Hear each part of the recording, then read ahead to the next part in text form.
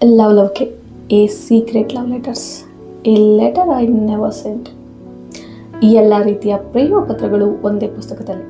ನದಿ ದಡದ ಮರಳಲ್ಲಿ ಕೊಂಚ ಬಗೆದರೂ ಸಾಕು, ಚಿಮ್ಮಿ ಮಡುಗಟ್ಟುವುದು ನೀರಸಂತೆ.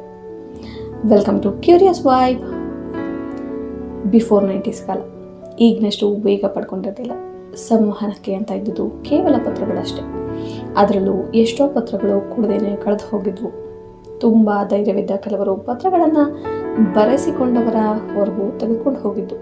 ಕೊಡೋಕ್ಕೆ ಬಂದಂತಹ ಪತ್ರಗಳನ್ನು ಸಹ ತೆಗೆದುಕೊಳ್ಳೋಕ್ಕೆ ಸಂಕೋಚ, ನಾಚಿಕೆ ಮತ್ತು ಭಯದ ನೆರಳು.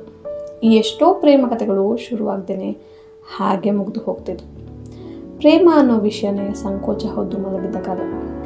ರಸ್ತೆಯ ತಿರುವಿನಲ್ಲಿ ಅನಿರೀಕ್ಷಿತವಾಗಿ ಎದುರಾಗುವ ಹುಡುಗ ಬೇರೇನೋ ಮಾತಾಡದೆ ಹುಡುಗಿಯ ಕೈಗೊಂದು ಪುಟ್ಟ ಪತ್ರ ಕೊಟ್ಟು ಹೋಗೋ ಪರಿ ಇದೆಯಲ್ಲ, ಅದು ಎಲ್ಲರ ಬದುಕಿನಲ್ಲೂ ಒಮ್ಮೆ ಮಾತ್ರ ಅದಕ್ಕೋ ಪ್ರಣವ ಸಂಭ್ರಮ. ಅಲ್ಲೇ ನಿಂತು ಆ ಕ್ಷಣದಲ್ಲೇ ಪತ್ರ ಓದ್ಕೊಂಡ್ಬಿಡ್ಬೇಕು ಅನ್ಕೋತಾಳೆ ಹುಡುಗಿ. ಆದರೆ ಅದು ರಸ್ತೆ, ಅಂಗೈಯಲ್ಲಿ ಸಣ್ಣಗೆ ಬೆವರು. ಮನೆಗೆ ತಲುಪುವ ಪತ್ರವನ್ನು ಎಲ್ಲ ಮಲಗಿದ ಮೇಲೆ ರೂಮಿನ ಕದವೆಕ್ಕಿಕೊಂಡು ದವಗುಡುವ ಎದೆಯನ್ನು ತಹಬದಿಗೆ ತಂದುಕೊಂಡು ಇಷ್ಟಗಳ ಕಣ್ಣುಗಳಲ್ಲಿ ಮತ್ತೆ ಮತ್ತೆ ಮತ್ತೆ ಮತ್ತೆ ಓದ್ಕೊಳ್ಳುವವಳ ಸಂತೋಷ.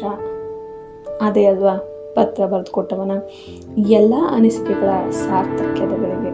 ಅಂತಹ ನೂರಾರು ಪತ್ರಗಳ ಅಪರೂಪದ ಗೊಂಚಲಿದು ರವಿ ಬೆಳಗೆರೆ ವಿರಚಿತ ಲವಲವಿಕೆ ಎಂಬ ಪ್ರೇಮ ಗ್ರಂಥ. ಇದು 4 ಭಾಗಗಳಲ್ಲಿ ಪ್ರಕಟಗೊಂಡಿದೆ. ಈಗಿನ ಯುವಕರಿಗೆ ಒಂದು ಪತ್ರ ಬರೆಯೋ ಉಮೇದು, ಹೇಳದೇ ಇರಲಾಗದ ಭಾವ, ಹೇಳೋಕೆ ಬೇಕಾದ ಧೈರ್ಯ, ಆತಂಕ, ಭಯ ಇವುಗಳ ಅರಿವಿಲ್ಲದೆ ಹೋಗಿರಬಹುದು.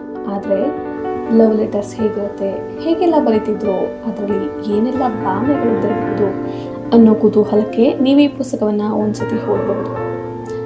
4 ಭಾಗಗಳಲ್ಲಿ ಪ್ರಕಟಗೊಂಡಿರೋ ಈ ಪುಸ್ತಕದ ಒಂದೊಂದು ಪತ್ರದ ಭಾವ ಇನ್ನೊಂದು ಪತ್ರಕ್ಕಿಲ್ಲ. ಪ್ರತಿಯೊಂದು ಪತ್ರನೂ ವಿಭಿನ್ನ ಮತ್ತು ವಿಶಿಷ್ಟ. ಈ ಪತ್ರಗಳ ಸವಿಯನ್ನು, ಅದರ ಭಾವಗಳ ಸೊಬಗನ್ನು ಓದಿನೇ ತಿಳ್ಕೋಬೇಕು.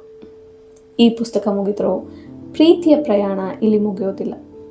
ಪ್ರತಿ ಪತ್ರವೂ ಒಂದು ಅನುಭವ, ಪ್ರತಿ ಸಾಲು ಒಂದು ನೆನಪು, ಪ್ರತಿ ಪುಟವೂ ಹೃದಯದ ಸತ್ಯ. ನಾನು ಬರೆದ ಪದಗಳಿಗಿಂತ ನೀನು ಓದಿದ ಭಾವನೆಗಳು ಮುಖ್ಯ.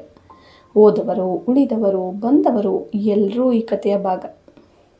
ಯಾರ ಪ್ರೀತಿ ನಿನ್ನ ಹೃದಯ ಮುರಿದಿತ್ತೋ ಅದೇ ಪ್ರೀತಿ ನಿನ್ನನ್ನು ನಿರ್ಮಿಸಿದೆ. ನೀವ್ಯಾಕೆ ಒಮ್ಮೆ ಟ್ರೈ ಮಾಡಬಾರ್ದು? Thank you for listening.